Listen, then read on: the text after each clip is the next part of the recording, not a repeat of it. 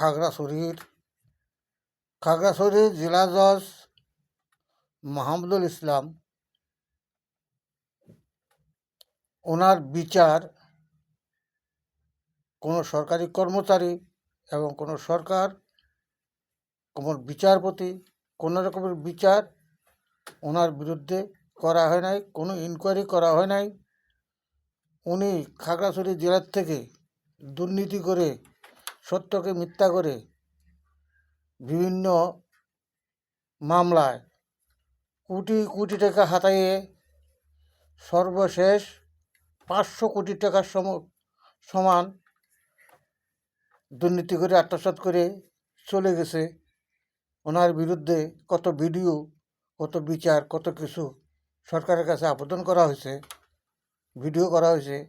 কোনো গোয়েন্দা বিভাগ এবং কোনো সংগঠন এই তথ্য এ পর্যন্ত বিচারক মাহমুদুল ইসলামের বিরুদ্ধে এবং তার অনুমানিক 500 কোটি টাকার উপরে এই খাগড়াছড়ি জেলার থেকে নিয়ে গেছে, কিন্তু এগুলো উদ্ধার করার মতন কোনো আইন, কোনো বিচারক, কোনো সংগঠন, কোনো মানবাধিকার কেউ এটাতে কান দেয় নাই। কারণ ওনার টাকাগুলো যদি সরকারি কোষাগারে চলে যায় তাহলে সরকারি কর্মচারীদের লস, সরকারের, রাষ্ট্রের লস হওয়ার কারণে ওনার বিরুদ্ধে কোনো অভিযোগ এবং তথ্য সংগ্রহ করা হয় নাই এই কারণে।